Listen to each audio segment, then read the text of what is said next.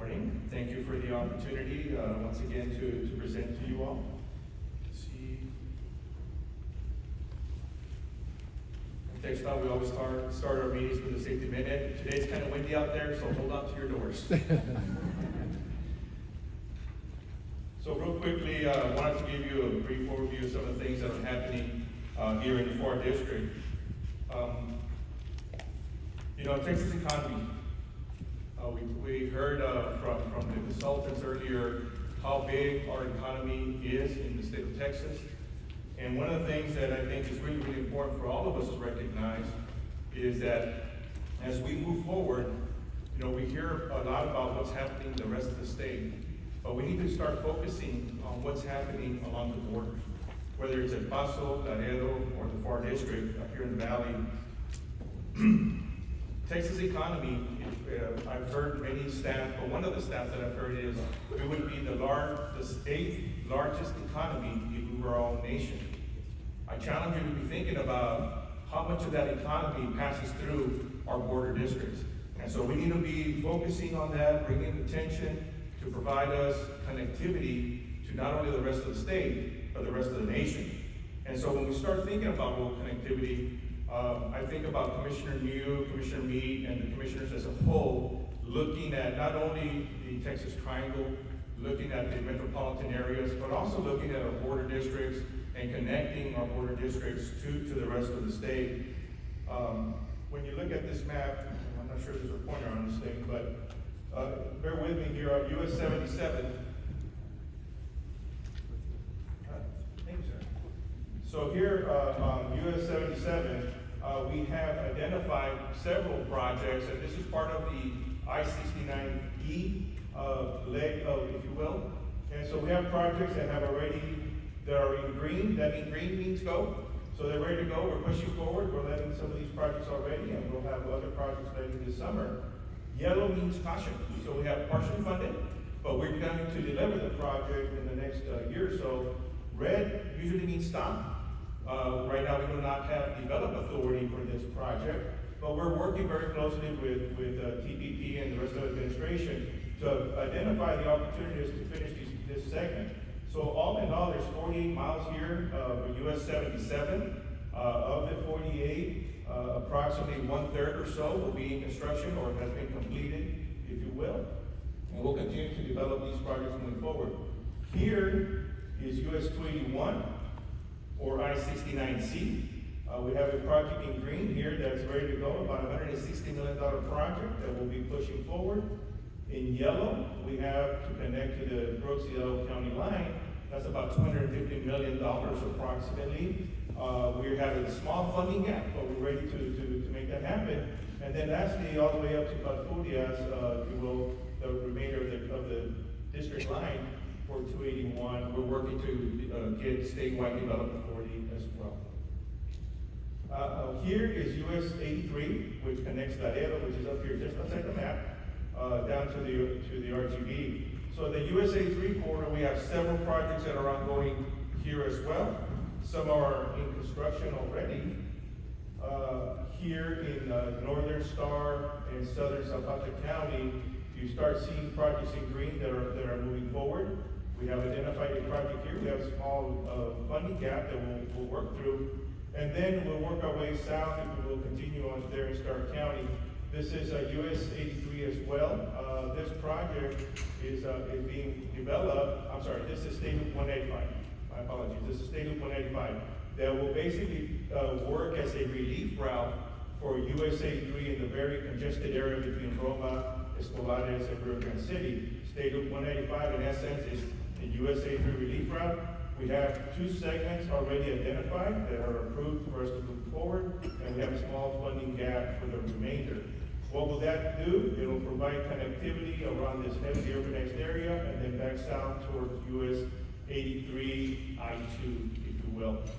In Hidalgo County, we have what is referred to as the Sullivan City, La Joya, and Penitas relief route.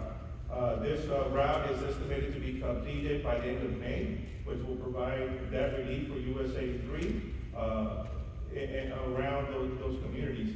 And it's a relief route, folks. One of the things that we've been challenged over the years is it a relief route or is it a bypass? In my personal opinion, bypass has a negative connotation, if you will. It is a relief route to provide relief for the congestion in these areas, and it allows for additional economic development opportunities along this new corridor. Moving into Hidalgo County, here is the I-2, I-69C interchange. This is the biggest project ever led in the valley, $303 million. This project is anticipated to reach substantial completion by the end of the summer. That'll provide that connectivity along I-2 and I-69C. So that's really, really important in moving forward.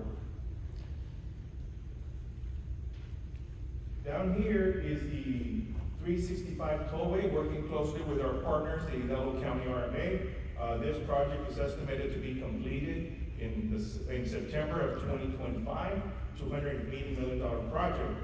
What's the importance on that project? Well, that'll connect the ports of Anzalduas, McAllen, Hidalgo to Reynosa, and the Pharr port of entry. And that's really, really important because that provides additional mobility, if you will, and connectivity along the southern part of our district for that trucking industry. We focus on freight and trade, and we'll continue to push forward to develop that project. IBTC is this project in here. As you can see, it's in green. We were fortunate and blessed to receive $150 million to basically make that project whole, that last 2024 UTP that was approved. That will add the Don International Bridge and the Progreso International Bridge into the equation, if you will. So we'll have 5 international bridges that will be interconnected with 365 tollway, IBTC, all the way up to I-2, and then moving forward. So I'm focusing on some of the major jobs, but let me reassure you, there's a lot of projects, if you will, that are in green. These are added capacity projects, projects that are going from 2 to 4 lanes, 4 to 6 lanes, in some cases 2 to 6 lanes. Many of these are race medium projects to improve the safety, but also to help improve connectivity and mobility in our region. In order to connect towards the lower valley, we have the I-69 connector project, that's in here. This will connect I-69C to I-69E. The importance of that project is, we look at I-2, and I have shared with some folks in the past that I-2 here in this region has over 160,000 average daily traffic. Well, what does that mean? Well, that's comparable to South Austin. In the Buda area, in South Austin, they have 150,000 average daily traffic. So this area of I-2 is some of us that drove in from Hidalgo County this morning realize there's a lot of traffic out there. And so we need to continue to find alternative routes. I-2 will continue to be the lifeline of the valley if we go to interconnect us east and west, but we need to start looking at alternative routes. I-69 connector is one of those, and then US 281 military to connect us from, say, Pharr down to the Brownsville area. It's also very important to ensure that we have that connectivity. Some of the projects that we're looking at here in the Brownsville area, we have State Highway 4. I think SpaceX will be making a presentation a little bit later on. State Highway 4 improvements out here towards to SpaceX, or Boca Chica, I should say. We also have State Highway 48 improvements. You know, there's $18 billion being invested in LNG plants there in that area. I'm sure Helen will probably have a little more information on that, so I won't steal her thunder. But there's a lot of activity happening in and around the Port of Brownsville, so we've identified these projects. And then down here, we have a project that we refer to as East Loop that's being developed currently by the Cameron County RMA, our partners. And that is really, really important to provide that access from the Port of Brownsville to the port of entry here, if you will. So as we move forward, it's about selling a story, folks. It's about making sure that we help educate elected officials, communicate with them, work in collaboration with the local governments and partnering so that we can basically keep this Texas economy moving forward. So So now a couple of projects here in the Brownsville area. I'll go real quickly through this in the essence of time and provide an opportunity for Q&A. So some of the projects that we have ongoing in construction right now is State Highway 4, concrete paving. Here are the limits for that project. And bear with me as I try to follow my notes. And so this project, basically we're rehabilitating the roadway from I-69E, the interstate, to State Highway 48. $20 million project. We're working to have the project completed March of 2026. Being broken up in 3 phases. There's so much traffic on this road, we have to break it up in phases. Here are a couple of pictures, existing condition, some of the construction, and I'll go through these rather quickly. You have your handouts on your packet. Improving drainage whenever possible. State Highway 48, the concrete median. Here are the limits for that project, basically from State Highway 4 down to FM 511. IOC is a contractor, expected completion date of May of 2024.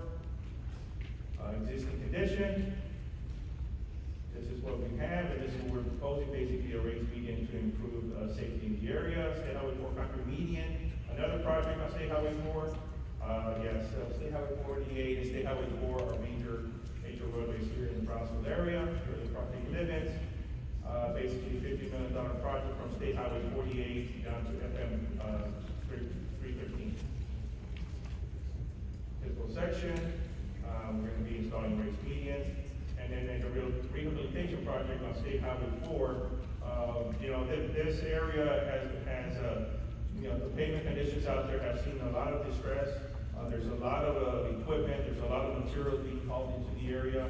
We've identified 3 projects. One project is emergency contract that's about to be wrapped up. We have another project letting in May, and then a third project, that will be letting in May of 2026. This particular project is a $40 million project, basically to rehabilitate the existing roadway from FM 1419 towards the east, a 9-mile project. This is what it looks like today. And we're going to basically rehabilitate the roadway, keep it together. Lastly here at FM 3048, raised median project, $30 million job from I-69E down to FM 1847 by the design road. And here's the existing condition. What we're proposing, the raised median.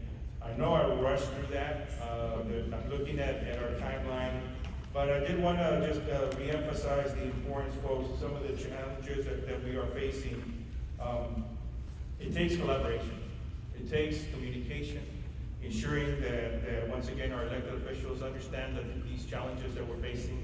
I applaud the efforts of our TxDOT commissioners and them entertaining thoughts and ideas from the BTAC. Because at the end of the day, if we speak up with one voice, we have the ability to help influence the direction that we are going. Texas economy is huge, 8th largest if we were our own nation. Well, we got to keep that moving. I think the governor challenged us to go to the 5th largest economy if we were our own nation. So we were working our way to get there. I'll pause and see if there might be any questions that I may be able to answer for the committee. Thank you, and I think you're very wise to point out, the very presence of 2 commissioners here at our BTAC meeting is a wonderful tribute to the commissioners and their